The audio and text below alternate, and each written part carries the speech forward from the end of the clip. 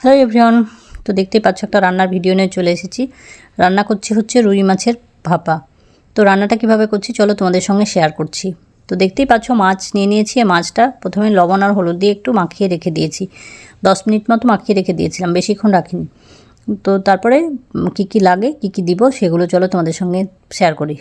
তো প্রথমেই দিয়ে দিচ্ছি পোস্ত আর সর্ষে বাটা, কাঁচা লঙ্কা দিয়ে বেটেছি। ওর জন্যই হাত লাগাচ্ছি, জ্বালা করবে হাত সেই করার কারণে। তো তারপরে একটু গুঁড়ো মশলা দিয়ে দিচ্ছি, একটু জিরে গুঁড়ো, ধনে গুঁড়ো আর লঙ্কা গুঁড়ো অল্প দেবো, কারণ কাঁচা লঙ্কা যেহেতু দিয়েছি দুটো, খুব ঝাল হয়ে যাবে অল্পই তো, তার জন্য অল্প একটু গুঁড়ো লঙ্কা দিলাম, বেশি দিলাম না। আর ফেটানো টক দই, আর দইয়ে একটু লবণ দিয়ে আর চিনি দিয়ে আমি কিন্তু দইটা ফেটিয়েছি, কারণ টক দই একটু মিষ্টি মিষ্টি না হলে রান্নার ব্যালেন্সটা আসবে না, একটু মাছটা টক টক হয়ে যাবে, তো সেই কারণে। তো সব কিছু দিয়ে একটু মাখিয়ে রেখে দেবো। তারপরে কিন্তু একটু সর্ষের তেলও দিয়ে দিলাম। সর্ষের তেল দিয়ে ভালো করে এপিট উপিট করে উল্টে পাল্টে এটা মাখিয়ে আধা ঘন্টা রেখে দেবো। একটু মশলাগুলো একটু ভেতর ভেতর লবণগুলো ঢুকবে সেই কারণে। তো সব কিছু দিয়ে একটু মাখিয়ে রেখে দিই, তারপরে দেখাচ্ছি কীভাবে কী করছি।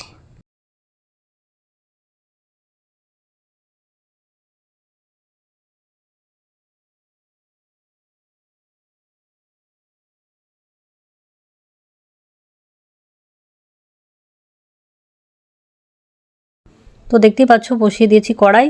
এবার কড়াইয়ের মধ্যে এটা আস্তে করে ঢেলে দেবো, মাছগুলো যেন ভেঙে না যায় সেই কারণে আস্তে আস্তে করতে হবে কিন্তু। তো দেখো ঢেলে দিলাম মশলাগুলো, মশলা সমেত মাছটা। এবারে মশলাগুলো বাটির গায়ে গায়ে অনেকটাই মশলা লেগে আছে, তো ভালোভাবে মুছে টুছে সুন্দর করে দিয়ে দিই। তারপর সাথে একটু পানি দিয়ে বাটি ধোয়া জল যেটুকু ওইটুকুই দিয়েছি, তার বেশি আর কিন্তু দিইনি, বেশি দিলে হবে না। একটু গামাখা গামাখা হতে হবে, ভাপা তো একদম বেশি ঝোল ঝোল হলে হবে না। আর যতটুকু দেখতেই পাচ্ছ যে ঝোল হয়েছে এইটুকুও থাকবে না, একটু শুকিয়ে শুকিয়ে যাবে। তো চলো এবারে একটু ঢাকা চাপা দিয়ে রান্না হতে দিই মিনিট 10-15 মতো।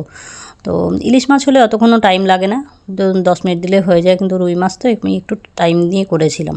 তো দেখো এ পর্যায়ে হয়েছে। তো লবণটা দেখলাম, লবণটা টেস্ট করে একটু কম হয়েছিল, ওর জন্য লবণটা একটু মিশিয়ে নিলাম।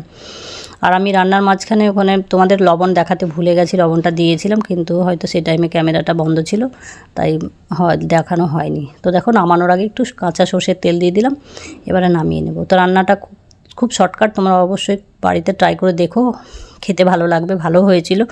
তো রান্নাটা কেমন লাগলো অবশ্যই কমেন্ট করে জানাবে, ভালো লাগলে একটা লাইক করে দিও, কমেন্ট করে দিও, শেয়ার করে দিও।